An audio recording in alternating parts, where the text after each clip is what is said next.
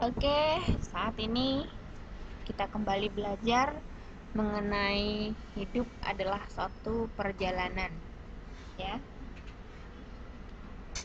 Dan di dalam saat kita melakukan suatu perjalanan untuk meraih sebuah tujuan, yaitu yang cita-cita yang kita inginkan, maka yang diperlukan adalah perencanaan yang diperlukan secara cermat.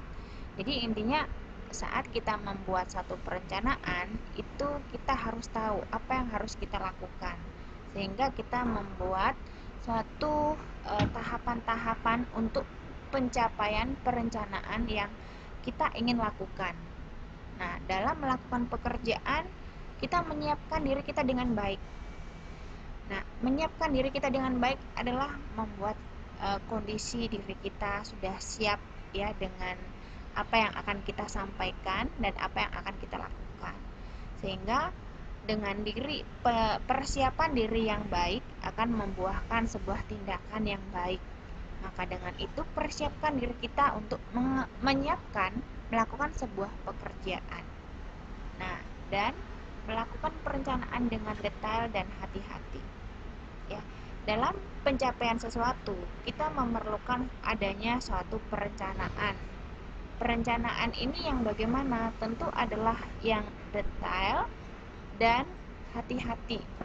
Karena perencanaan akan sangat berdampak baik atau buruknya dengan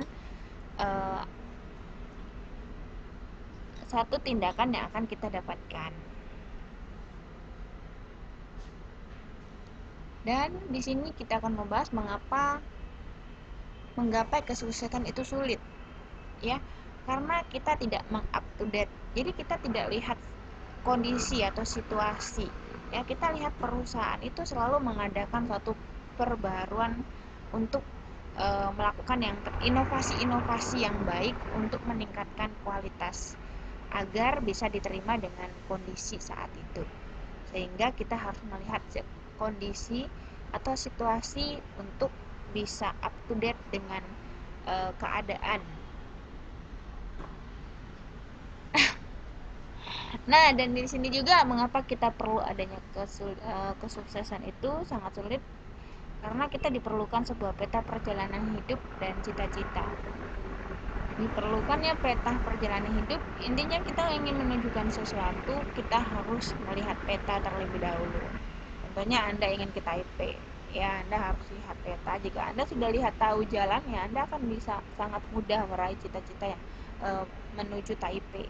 Tapi jika Anda tidak tahu, ya, dan Anda tidak melihat peta tersebut, maka Anda bisa mungkin tujuan Anda ke Taipei bisa sampai ke Taichung karena Anda tidak melihat petanya.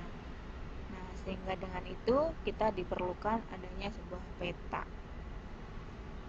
Ya, mereka wajib memiliki impian tertulis dan detail. Nah, kadang-kadang impian ini hanya kita bisa ada di dalam hati dan tidak kita sampaikan, bahkan mungkin kita tidak pernah menuliskan. Sehingga dengan proses yang terjadi, impian tersebut akan terkubur, ya, karena Anda tidak pernah menuliskan bahkan mengucapkannya.